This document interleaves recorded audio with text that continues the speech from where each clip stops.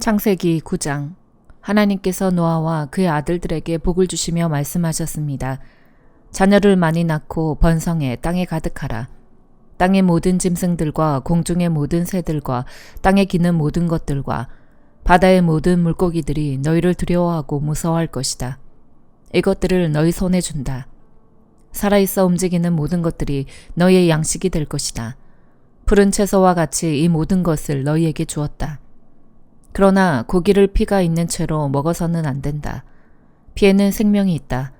너희가 생명의 피를 흘리면 반드시 값을 치를 것이다. 그것이 짐승이면 그 짐승에게 그 피에 대해 값을 치를 것이며 사람이 같은 사람의 피를 흘리게 하면 그 사람에게도 그 피에 대해 값을 치를 것이다. 하나님께서 자기의 형상대로 사람을 만드셨기 때문에 누구든지 사람의 피를 흘리면 사람에게 피 흘림을 당할 것이다. 너희는 자녀를 많이 낳아 번성하라. 땅에서 수가 불어나 땅에서 번성하라. 그리고 하나님께서 노아와 그와 함께 있던 그의 아들들에게 말씀하셨습니다. 보라, 내가 너희와 너희 뒤에 올 너희의 자손과 언약을 세운다. 또한 너희와 함께 있던 모든 생물들, 곧 너희와 함께 있던 새와 가축과 모든 들짐승들, 방주에서 나온 땅의 모든 생물들과 언약을 세운다. 내가 너희와 언약을 세워 다시는 모든 육체가 홍수로 인해 멸절되지 않을 것이며 다시는 이 땅을 멸망시키는 홍수가 없을 것이다. 하나님께서 말씀하셨습니다. 이것이 내가 나와 너희 사이에 또한 너희와 함께 있는 모든 생물 사이에 대대로 영원히 세우는 내 언약의 증표다. 내가 구름 속에 내 무지개를 두었으니 그것이 나와 땅 사이에 세우는 언약의 표시가 될 것이다. 내가 땅 위에 구름을 일으켜서 그 속에 무지개가 나타날 때 내가 나와 너 사이에 그리고 모든 종류의 생물들 사이에 세운 내 언약을 기억하겠다. 물이 홍수가 돼 모든 육체를 멸망시키는 일이 다시는 없을 것이다. 무지개가 구름 속에 나타나면 내가 그것을 보고 나 하나님과 이 땅 위의 모든 육체 사이에 세운 영원한 언약을 기억하겠다. 하나님께서 노아에게 말씀하셨습니다. 이것이 내가 나와 이 땅 위의 모든 육체 사이에 세운 언약의 표시다. 방주에서 나온 노아의 아들들은 셈, 함, 야벳인데 함은 가나안의 조상입니다. 이 세 사람이 노아의 아들들이었고 이들로부터 온 땅에 사람들이 퍼지게 됐습니다. 노아가 땅을 일구기 시작해 포도원을 세웠습니다. 그가 포도주를 마시고 취해 자기 장막 안에서 벌거벗고 있었을 때 가나안의 조상인 함이 자기 아버지가 벌거벗은 것을 보고는 밖에 있던 다른 두 형제에게 이 사실을 말했습니다. 그러자 셈과 야벳은 겉옷을 어깨에 걸치고 뒷걸음으로 들어가서 아버지의 벌거벗은 몸을 덮어주었습니다. 그들은 아버지가 벌거벗은 것을 보지 않으려고 얼굴을 돌렸습니다. 노아가 술있게 자기 작은 아들이 자기에게 한 일을 알게 됐습니다. 그래서 노아는 말했습니다. 가나안은 저주를 받을 것이다. 가나안은 가장 낮고 천한 종이 돼 그의 형제들을 섬기게 될 것이다. 그리고 노아가 다시 말했습니다. 셈의 하나님 여호와를 찬송하리니 가나안은 셈의 종이 될 것이다. 하나님께서 야벳을 크게 일으키셔서 그가 셈의 장막에서 살게 되며 가나안은 그의 종이 되게 하실 것이다. 홍수 이후 노아는 350년을 더 살았습니다. 노아는 모두 950년 동안 살다가 죽었습니다. 창세기 10장. 노아의 아들인 셈, 함, 야벳의 족보는 이러합니다. 홍수 후 그들에게 아들들이 태어났습니다. 야벳의 아들은 고멜, 마곡, 마데, 야완, 두발, 메색, 디라스입니다. 고멜의 아들은 아스그나스, 리밧, 도갈마입니다. 야완의 아들은 엘리사, 달시스, 기띔, 도다님입니다. 이들에게서 해안 민족들이 여러 땅으로 퍼졌으며 각각 언어와 족속을 따라 민족을 이뤘습니다. 함의 아들은 구스, 미스라임, 붓, 가나안입니다. 구스의 아들은 스바, 하윌라, 삽다, 라마, 삽드가입니다. 라마의 아들은 스바와 드단입니다. 구스는 또 니므롯을 낳았는데 니므롯은 땅의 첫 용사였습니다. 그는 여호와 앞에서 강한 사냥꾼이었습니다. 니므롯처럼 여호와 앞에 강한 사냥꾼이라는 말도 이 때문에 생겨났습니다. 그의 나라의 시작은 시날 땅에 있는 바벨, 에렉, 아갓, 갈레였습니다. 니므롯은 이 땅에서 아시리아로 나가 니느웨, 르호보딜, 갈라를 세웠고 니느웨와 갈라 사이에 레센을 세웠는데 이것은 큰 성이었습니다. 미스라임은 루딤, 아나밈, 르아빔, 납두힘, 바드루심, 가슬루힘, 갑도림을 낳았는데 블레셋은 가슬루힘에게서 나왔습니다.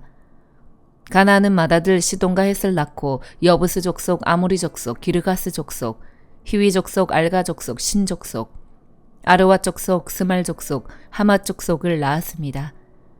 그 후 가나안의 족속들이 흩어져 나갔습니다. 가나안의 경계는 시돈에서 그랄 쪽으로 가사까지, 그리고 소돔, 고모라, 아드마, 스보임과 라사까지였습니다.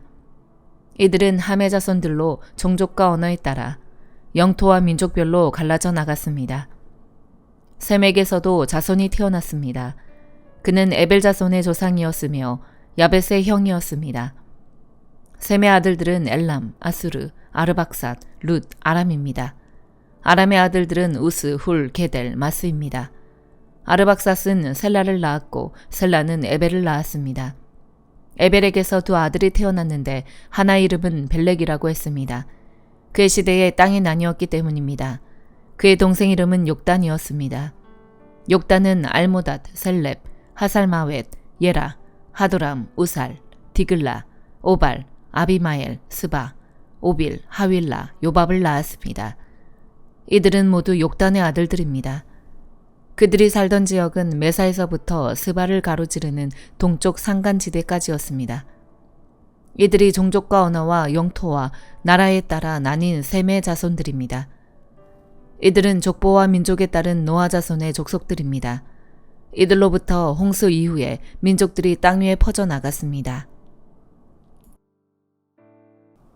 마태복음 9장. 예수께서 배를 타고 호수를 건너 자기 마을로 돌아오셨습니다. 사람들이 중풍 환자 한 사람을 자리에 눕힌 채 예수께 데려왔습니다. 예수께서는 그들의 믿음을 보시고 중풍 환자에게 말씀하셨습니다. 얘야, 안심하여라. 네 죄가 용서받았다. 이것을 보고 몇몇 율법학자들이 속으로 말했습니다. 저 사람이 하나님을 모독하고 있구나.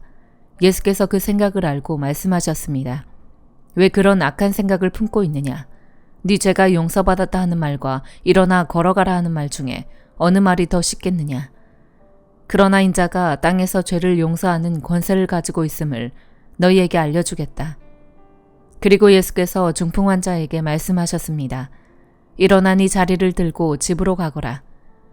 그러자 그 사람은 일어나 집으로 돌아갔습니다. 이를 보고 무리는 두려워하며 이런 권능을 사람에게 주신 하나님께 영광을 돌렸습니다. 예수께서 그곳을 떠나 길을 가시다가 마태라는 사람이 세간에 앉아있는 것을 보셨습니다. 예수께서는 마태에게 나를 따라라 하고 말씀하셨습니다. 그러자 마태가 일어나 예수를 따랐습니다.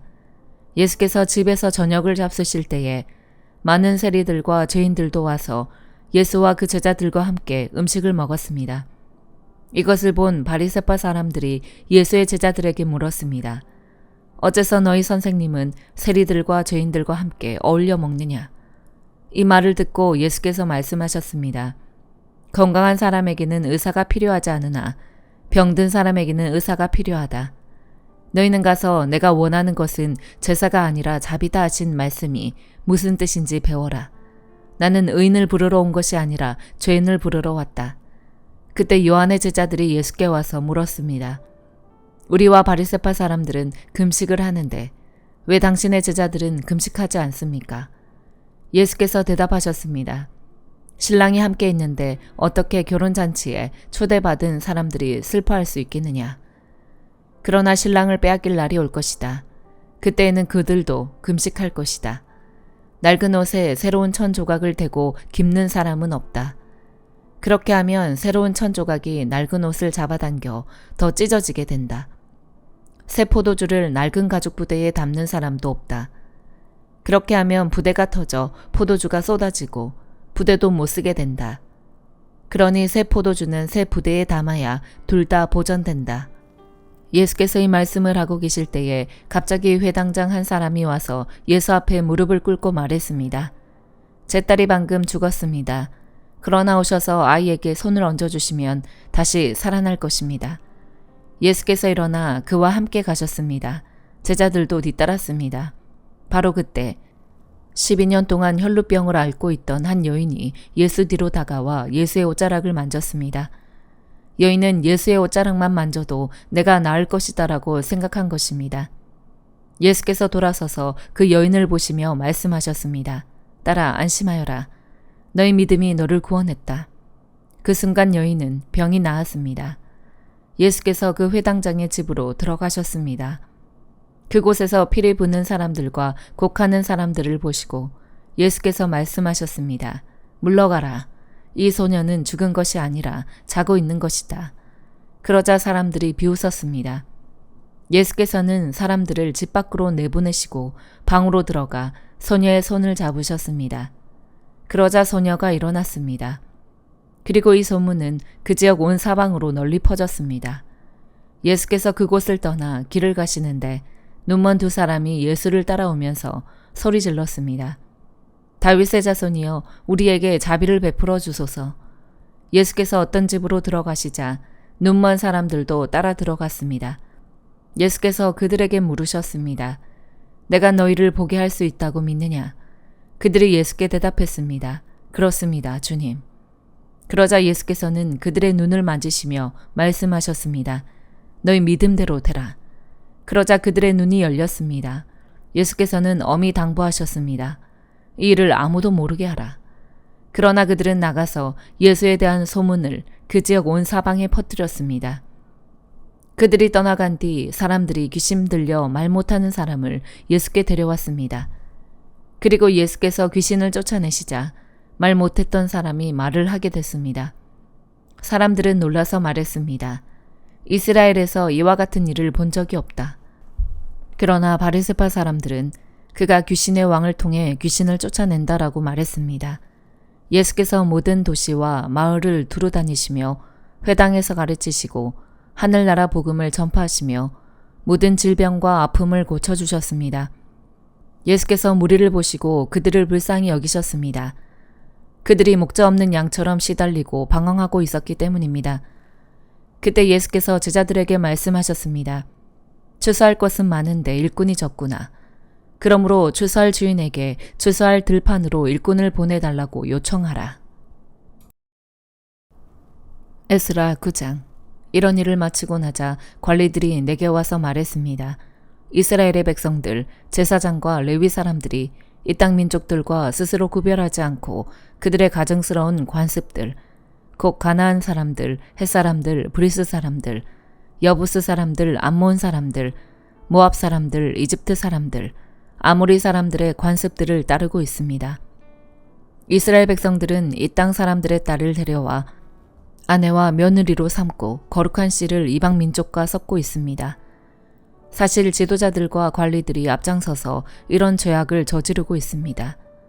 나는 이 말을 듣고 나서 내 속옷과 겉옷을 찢고 머리털과 수염을 잡아 뜯고는 기가 막혀 앉아 있었습니다. 포로로 잡혀갔다 돌아온 사람들의 이런 죄 때문에 이스라엘의 하나님의 말씀을 두려워하는 모든 사람이 내게 모였습니다. 나는 저녁 제사 때까지 망연자실하게 앉아 있었습니다. 저녁 제사 때가 되자 나는 무거운 마음을 털고 일어나 내 속옷과 겉옷을 찢은 채로 무릎을 꿇고 내 하나님 여호와께 손을 들고 기도했습니다. 하나님이여, 제가 주께 하나님께 얼굴을 들기가 너무 부끄럽고 민망스럽습니다. 우리의 죄가 우리 머리보다 높고 우리의 죄악이 하늘까지 닿았기 때문입니다. 조상들 때문에 지금까지 우리 죄악이 너무 컸습니다. 우리 죄 때문에 우리 자신은 물론 우리 왕들과 우리 제사장들이 이 땅의 왕의 손에 넘겨져 칼에 맞고 포로로 잡혀가고 약탈당하고 수모를 겪으면서 오늘까지 왔습니다. 그러나 이제 잠시 동안 우리 하나님 여호와께서 은혜를 베풀어 주셔서 살아남은 사람들을 우리에게 남겨주시고 그분의 성소에 굳건한 자리를 마련해 주셨습니다. 우리 하나님께서 우리의 눈을 밝히고 속박에서 조금씩이나마 회복시켜 주십니다. 우리는 매인 사람들이었지만 하나님께서는 우리가 속박당했을 때에도 우리를 버리지 않으시고 오히려 페르시아 왕 앞에서 우리에게 자비를 베풀어 회복을 허락하셨고 우리 하나님의 집을 다시 짓고 그 허물어진 것을 복구하게 하셨고 유다와 예루살렘에서 보호받을 수 있는 성벽을 주셨습니다. 우리 하나님이여, 이런 일이 있었는데 우리가 주의 계명을 저버렸으니 우리가 무슨 말을 하겠습니까? 주께서 주의 종 예언자에게 계명을 주시며 말씀하시지 않았습니까? 너희가 들어가 차지하게 될 이 땅은 이 땅 민족의 부정한 것들로 가득 찬 땅이다.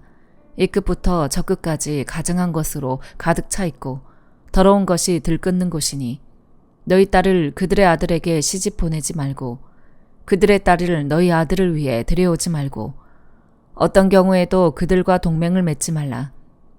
그래야 너희가 강해져서 그 땅의 좋은 것을 먹고 그 땅을 너희 자식들에게 영원한 기업으로 남기게 될 것이다. 우리에게 일어난 일은 우리의 악행과 우리의 큰 죄악에서 비롯된 것입니다. 그러나 우리 하나님이신 주께서는 우리 죄악보다 형벌을 가볍게 하시고 우리에게 이렇게 구원을 주셨습니다. 그런데 우리가 다시 주의 계명을 어기고 그런 가증스러운 짓을 하는 민족들과 섞여 혈연을 맺어야 되겠습니까? 주께서 우리를 노여워해 한 사람도 남거나 피할 사람이 없도록 모조리 멸망시키는 게 당연하지 않겠습니까? 이스라엘의 하나님 여호와여, 주는 의로우십니다. 우리가 오늘과 같이 살아남게 되었기 때문입니다. 보십시오. 우리가 여기 주 앞에 우리의 죄악 가운데 있습니다. 그것 때문이라면 우리 가운데 하나라도 주 앞에 설 수 없습니다. 사도행전 9장. 한편 사울은 여전히 주의 제자들을 위협하며 그들을 죽일 기세로 대제사장에게 나아가 다메섹의 여러 회당들에 써보낼 공문을 요청했습니다. 거기서 그 도를 따르는 사람을 만나기만 하면 남자와 여자를 가리지 않고 잡아다가 예루살렘으로 끌고 오기 위해서였습니다. 사울이 길을 떠나 다메섹 가까이 도착했을 때 갑자기 하늘에서 빛이 비쳐 그를 둘러쌌습니다. 사울이 땅에 쓰러졌습니다. 그때 그는 사울아 사울아 네가 왜 나를 핍박하느냐 하는 음성을 들었습니다. 사울이 주여 누구십니까? 라고 묻자 나는 네가 핍박하는 예수다. 지금 일어나 시내로 들어가거라. 네가 해야 할 일을 일러줄 사람이 있을 것이다 라고 대답하셨습니다. 사울과 함께 가던 사람들은 소리만 들리고 아무도 보이지 않아 아무 말도 못하고 멍하니 그곳에 서 있었습니다. 사울은 땅에서 일어나 눈을 떠 보았으나 아무것도 볼 수 없었습니다. 그래서 그는 같이 가던 사람들의 손에 이끌려 다메섹으로 들어갔습니다. 사울은 3일 동안 앞을 보지 못한 채 먹지도 마시지도 않았습니다. 그때 다메섹에는 아나니아라는 제자가 있었습니다. 주께서 환상 가운데 아나니아야 하고 부르셨습니다. 그가 예 주여 라고 대답하자 주께서 아나니아에게 말씀하셨습니다. 너는 어서 고든 길이라고 부르는 거리로 가거라. 그리고 그곳에 있는 유다의 집에서 5 사람 사울을 찾아라. 지금 그가 기도하고 있다. 그는 환상 가운데 아나니아라는 사람이 와서 자기에게 손을 얹어 다시 보게 해주는 것을 보았다. 아나니아가 대답했습니다. 주여, 제가 이 사람에 대해 여러 가지 말을 들었는데 예루살렘에 있는 주의 성도들에게 온갖 해를 끼쳤다고 합니다. 그리고 그는 대제사장들로부터 권한을 받아 주의 이름을 부르는 사람들을 모두 잡아가려고 여기에 왔다고 합니다. 그러자 주께서 아나니아에게 이렇게 말씀하셨습니다. 가거라. 이 사람은 이방 사람들과 왕들과 이스라엘 사람들 앞에서 내 이름을 전하도록 선택한 내 도구다. 내 이름을 위해 그가 얼마나 많은 고난을 당해야 할지 내가 그에게 보여줄 것이다. 그리하여 아나니아는 그 집을 찾아 들어가 사울에게 손을 얹으며 말했습니다.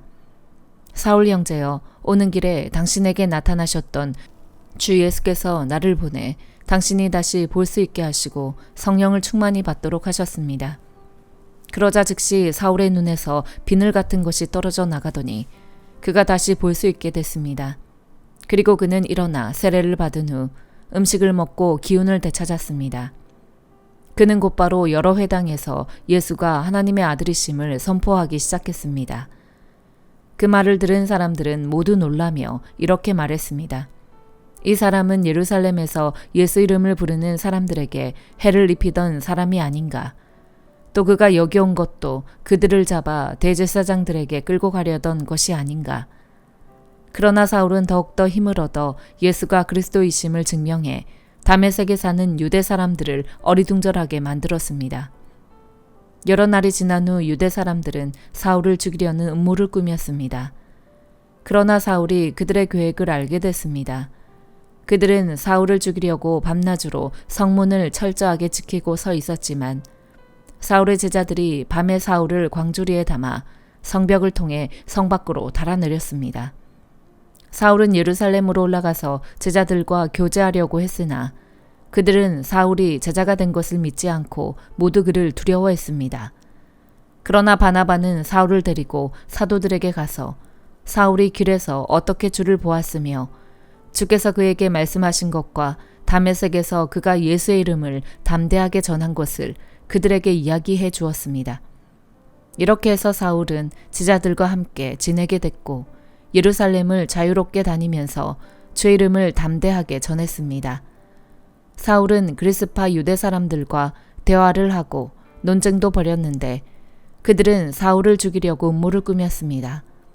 형제들이 이 사실을 알고 사울을 가이사랴로 데리고 내려갔다가 다시 다소로 보냈습니다. 이렇게 해서 유대와 갈릴리와 사마리아의 온 교회가 든든히 서가면서 평안을 누리게 됐습니다. 그리고 교회는 주를 두려워하고 성령의 위로를 받으면서 그 수가 점점 더 늘어갔습니다. 한편 베드로는 여러 지역을 두루다니다 룻다에 사는 성도들을 방문하게 됐습니다. 거기서 애니아라는 사람을 만났는데 그는 중풍에 걸려 침대에 누워 있은 지 벌써 8년이나 됐습니다. 베드로가 그에게 애니아여 예수 그리스도께서 그대를 고치실 것이요 일어나 자리를 정돈하시오. 그러자 곧 애니아가 일어났습니다. 룻다와 사론에 살고 있던 모든 사람들이 그를 보고 주께로 돌아왔습니다. 요빠에는 다비다라고 부르는 여제자가 있었는데 그리스 말로는 도르가입니다. 그녀는 언제나 선한 일을 하고 가난한 사람들을 도왔습니다. 그 무렵 다비다가 병들어 죽게 되자 그 시신을 씻어 다락방에 두었습니다. 룻다는 요빠에서 가까운 거리인데 제자들은 베드로가 룻다에 있다는 소식을 듣고 두 사람을 베드로에게 보내 속히 와 달라고 간청했습니다. 그래서 베드로는 일어나 그들과 함께 갔습니다. 그가 요빠에 도착하자 사람들이 다락방으로 안냈습니다. 모든 과부들이 베드로를 둘러서서 울며 다비다가 살아있을 때 만든 속옷과 겉옷을 보여주었습니다. 베드로는 사람들을 모두 방에서 내보낸 후 무릎을 꿇고 기도했습니다. 그러고는 시신을 향해 몸을 돌려 다비다야 일어나거라 명령하자 다비다가 눈을 뜨고 베드로를 보며 일어나 앉았습니다. 베드로는 손을 내밀어 그 여인의 손을 잡아 일으켜 세우고 성도들과 과부들을 불러 다비다가 살아난 것을 보여주었습니다. 이 일이 온 요빠에 알려지면서 많은 사람들이 주를 믿게 됐습니다. 베드로는 요빠에서 여러 날 동안 가죽 제품을 만드는 시몬의 집에 머물렀습니다. 아멘.